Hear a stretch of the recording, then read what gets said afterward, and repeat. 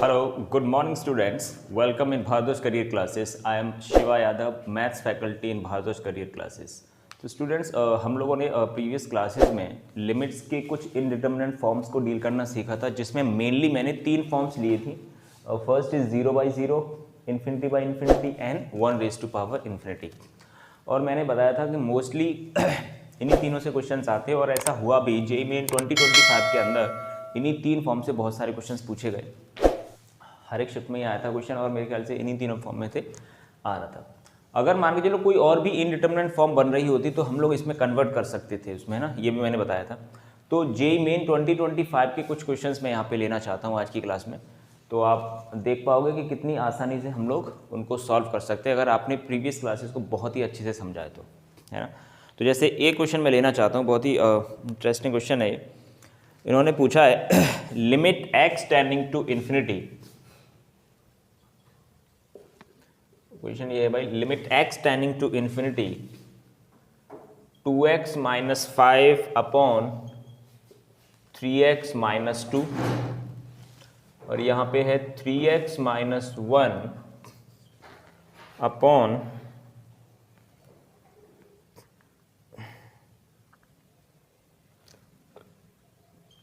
3x + 2 का power x/2. ठीक है, ये क्वेश्चन है और इसके ऑप्शंस दिए हैं इन्होंने 2/3√e and B option is 3/2√e. C option is √2/3√e and D option is 5/3√e. ये क्वेश्चन है बच्चों जेईई मेन 2025 के अंदर किसी शिफ्ट में पूछा गया है. तो पहला काम तो हम लोग ये चेक करना चाहेंगे कि भाई कौन सी इनडिटर्मिनेंट फॉर्म बन रही है. अब यहाँ पे दो फंक्शंस आप समझो, एक तो ये वाला फंक्शन f(x) और एक ये वाला फंक्शन g(x). दो फंक्शन है जिनमें लिमिट x कहाँ पे जा रही है भाई, इन्फिनिटी की तरफ अप्रोच कर रही है. तो पहले तो आप ये देखोगे कि भाई f(x) कहाँ पे जा रहा है. whenever the limit is x tending to infinity. तो यहाँ पे आप डाल के जैसे ही देखोगे इस वाले फंक्शन में, तो यहाँ पे आपको दिखेगा इन्फिनिटी बाई इन्फिनिटी, है ना. अब इन्फिनिटी बाई इन्फिनिटी फॉर्म में या तो आप x को कॉमन लेके ऊपर नीचे काट दो या फिर डिफरेंशिएट कर दो इतने पार्ट को, है ना. अलग अलग कर लेते हैं डील. पहले इस वाले फंक्शन की लिमिटिंग वैल्यू निकाल लेता हूं मैं x टेंडिंग टू इन्फिनिटी पर. तो मेरे ख्याल से वो बहुत ही आसानी से आप निकाल सकते हो. कितनी आएगी, 2/3, है ना. ऊपर का डेरिवेटिव कितना हो गया 2, इधर का कितना हो गया 3. तो इस 2/3 को तो चलो मैं बाहर ही ले लेता हूं, है ना. अब ये जो लिमिट है ना इस वाले फंक्शन पे लग जाएगी और जैसे ही आप इस वाले फंक्शन में ये चेक करना चाहोगे कि कौन सी इनडिटर्मिनेंट फॉर्म बन रही है, तो आप सपोज gx के बारे में पता करना चाहते हो. यहाँ पे limit x tending to infinity 3x - 1 upon 3x + 2⁻∞. जब limit x tending to infinity है तो पावर तो पता चल गई भाई इन्फिनिटी है, x/2 मतलब इन्फिनिटी. अब यहां पे अगर देखोगे ना आप, ये जो बेस वाला फंक्शन है वो देखोगे खुद में एक इनडिटर्मिनेंट फॉर्म है इन्फिनिटी बाई इन्फिनिटी की. तो इसे तो आप डिफरेंशिएट कर सकते हो, है ना. तो आपको पता चल जाएगा यहाँ पे 1 बचेगा, 3/3 दैट इज 1. तो अपने को ये पता चल चुका है कि ये वाला जो फंक्शन था ना, ये इनडिटर्मिनेंट फॉर्म थी 1⁻∞ की. तो उसकी लिमिटिंग वैल्यू निकालने का तरीका मैंने तुम लोगों को बताया था कि e⁻ में जब भी 1 की पावर इन्फिनिटी की इनडिटर्मिनेंट फॉर्म बने तो e⁻ में लगाना है क्या, ये जो पावर वाला फंक्शन है इसको आगे लेके आना है और ये जो बेस वाला फंक्शन था इसमें से एक माइनस कर देना है. ये बताया गया था भाई लास्ट क्लास में और इन्हीं पे बेस देखो क्वेश्चंस आए हैं. e⁻, अब यहाँ पे हम लोग सॉल्व कर सकते हैं इसको. 3x - 1 एलसीएम ले लेते हैं यहाँ पे, 3x + 2, चलो एलसीएम आ गया. अब आपकी लिमिट लग गई यहाँ पे आके, ऊपर आ गई लिमिट e⁻ में, ना. 3x + 2 एलसीएम आ गया, इधर हो गया 3x - 1 - 3x - 2. ठीक है, तो आप देख पाओगे 3x से 3x कट गया, 3x से 3x कट गया तो ऊपर भाई बचा -3. ठीक है, अब आप देख पाओगे कि भाई ऊपर तो बचा है -3x और नीचे बचा है 2 times of 3x + 2। Again this is infinity by infinity की इनडिटरमिनेट फॉर्म बन गई है, तो इसको तो भाई हम लोग बहुत ही आसानी से सॉल्व कर सकते हैं। ऊपर बचा है ओनली -3x, डिफ्रेंशिएट कर दो इन्फिनिटी बाई इन्फिनिटी फॉर्म में, तो -3 अपॉन यहाँ पे 2 एज इट इज 2 × 3, तो ये हो गया आपका 2/3 e⁻⁻½ e⁻⁻½ को आप नीचे ला सकते हो, तो ये हो गया 2/3√e, ये आ जाएगी इसकी लिमिटिंग वैल्यू। तो देखो भाई 1⁻∞ का एक ही मज़ेदार क्वेश्चन है ये।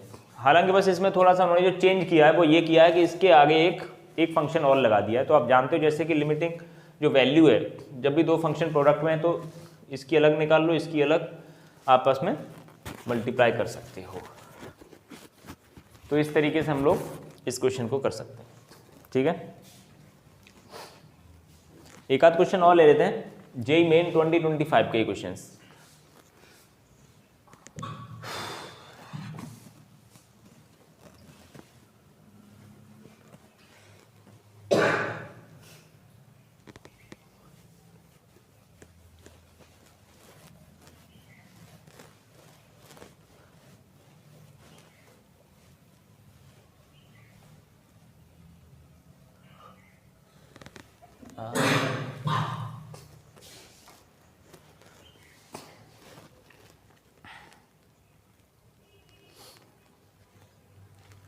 ये क्वेश्चन और लेते हैं। ये भी एक मजेदार क्वेश्चन पूछ लिया गया है। उन्होंने कहा है कि if f x satisfies the functional equation, if f x satisfies the functional equation, the functional equation f of x plus 6 times of f of 1 upon x is equal to 35 upon 3x minus 7/2, x belongs to R, if limit x tending to 0 1 upon alpha x plus fx exist finitely and is equal to beta, इसकी limit को उन्होंने बस beta बोल रखा है भाई, then alpha minus 2 beta की value बतानी है भाई आपको, ठीक है। अल्फा माइनस 2 बीटा कहने का मतलब एक फंक्शन है जिसकी फंक्शनल इक्वेशन दी है, मतलब फंक्शन पता नहीं है, बस आपको पता है कि उसकी प्रॉपर्टी क्या है। तो ये बताया उन्होंने कि एफ एक्स में 6 times of F of 1 upon x, उसकी डोमेन का अगर रेसिप्रोकल करके आपने उसमें डाला है तो ऐसे कुछ आउटपुट आ रहा है। ये कुछ फंक्शनल इक्वेशन है, उसकी हेल्प से आपको इसकी लिमिटिंग वैल्यू उन्होंने बोल रखा है कि बीटा है, फाइनाइट वैल्यू आ रही है कोई भी, देन फाइंड अल्फा और बीटा, मतलब ऐसे करके पता चला। तो इस तरीके से पहला स्टेप हमारा ये है, हमें पहले फंक्शन पता करना पड़ेगा, है ना। तो कहीं ना कहीं अपने को पता करना है एफ एक्स, तो आप चाहोगे ये जो टर्म है ना एफ ऑफ 1 अपॉन एक्स, ये एलिमिनेट हो जाए।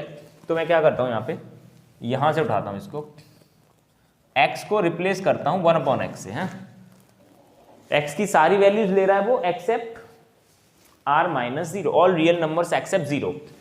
तो यहाँ पे क्या दिखने वाला है, F of 1 upon x plus 6 times of F x is equal to 35 divide by 3। इस x को मैं 1 अपॉन एक्स से रिप्लेस करूंगा तो वो x पहुंचेगा ऊपर। ये चलो अगर इक्वेशन नंबर 1 है तो ये हो जाएगी इक्वेशन नंबर 2, ठीक है।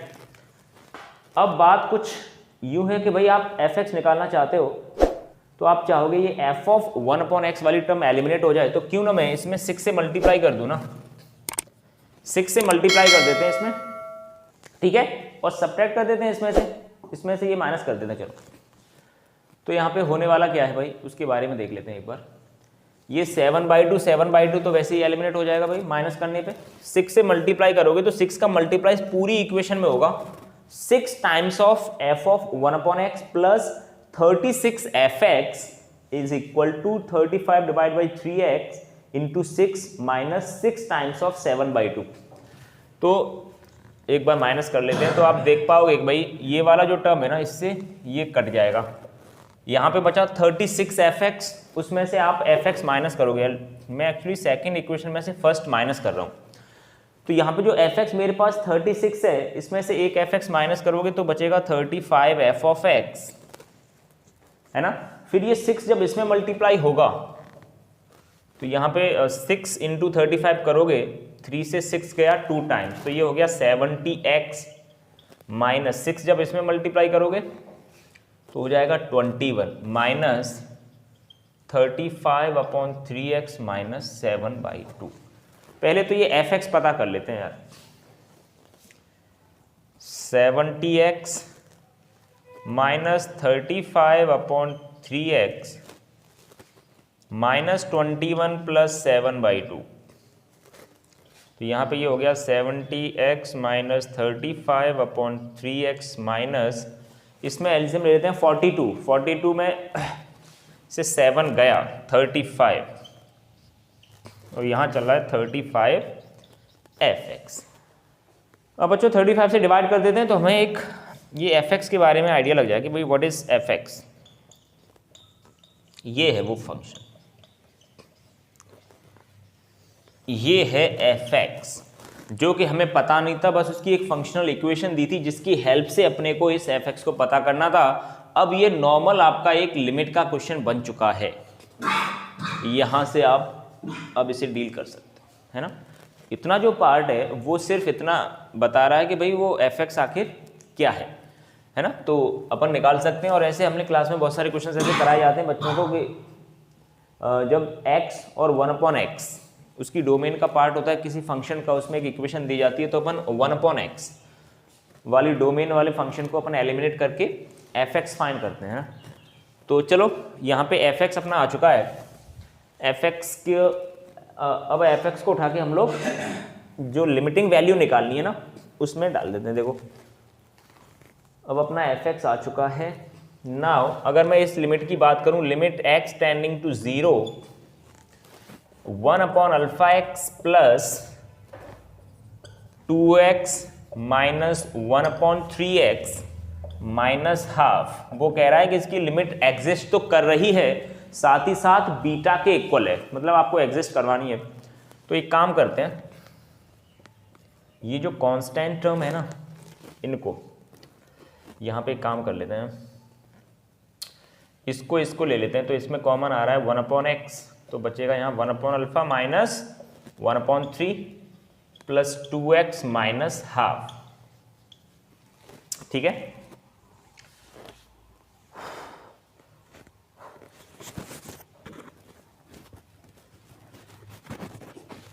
x जब 0 की तरफ जा रहा है तो जैसे कि आप देख पा रहे हो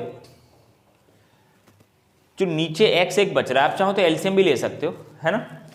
तो प्रॉब्लम ये है आप ये वाला टर्म नहीं चाहते, क्योंकि इसकी जो लिमिट एग्जिस्ट कराने से अगर कोई रोक रहा है तो वो ये वाला टर्म है, क्योंकि इसमें x आ रहा है डिनोमिनेटर में। तो कहीं ना कहीं जब आप x को 0 डालोगे तो ये इनफाइनाइट की तरफ अप्रोच करेगा, तो आप नहीं चाहते हो कि ऐसा कुछ हो।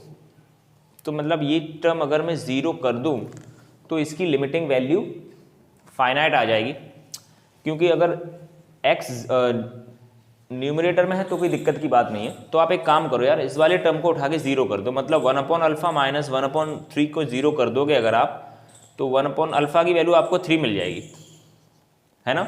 सो अल्फा तो चलो आपको आ चुका है 3। अल्फा जैसे ही 3 आया ये वाला टर्म खत्म हो गया। अब x को आप 0 डाल भी दोगे तो बीटा आपका आ जाएगा -12। देखो ध्यान से, अगर मान के चलो ये वाला टर्म आपने एलिमिनेट कर दिया, इसको खत्म कर दिया, क्योंकि ये वो टर्म है जो इसकी लिमिट एग्जिस्ट कराने से रोक रहा था, मतलब फाइनाइट नहीं ला रहा था, इनफाइनाइट ला रहा था वो। तो हमने क्या करा, इस वाले टर्म को ही उठा के 0 कर दिया, है ना। फिर जैसे ही ये वाला टर्म आपने चलो 0 कर दिया, मतलब ये चीज खत्म हो गई ओवरऑल। अब बचा सिर्फ इतना 2x माइनस हाफ। अब x को 0 आप डाल दोगे तो जो बीटा है वो -12 के इक्वल आने वाला है, एक फाइनाइट वैल्यू आने वाली है। तो this is your beta and this is alpha. अब जो उन्होंने पूछा है उसको देखो भाई, उन्होंने पूछा है alpha minus 2 times of beta 3 minus 2 into minus half. मेरे ख्याल से ये 4 आंसर आ जाएगा। शायद इंटीजर में पूछा गया क्वेश्चन होगा ये, बहुत ही मज़ेदार क्वेश्चन है।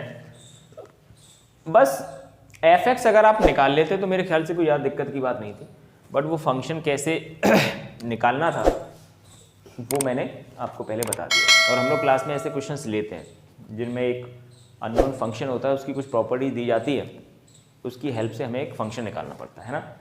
कुछ और जेईई मेन 2025 के क्वेश्चंस हम लोग करने वाले हैं बच्चों नेक्स्ट क्लास में, हैं।